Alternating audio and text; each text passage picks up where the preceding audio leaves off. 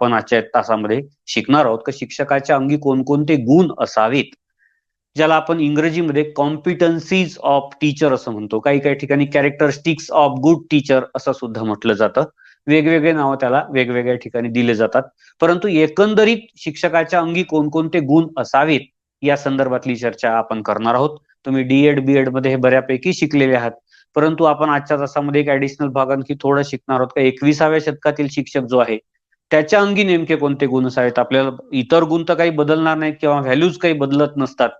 सगळ्याच्या सगळ्या व्हॅल्यू तशाच्या तशाच असतात, बदलत नसतात.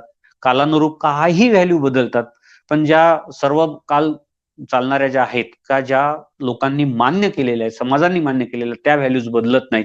म्हणून शिक्षकाबद्दलचे एथिक्स सुद्धा फारसे बदलत नाहीत.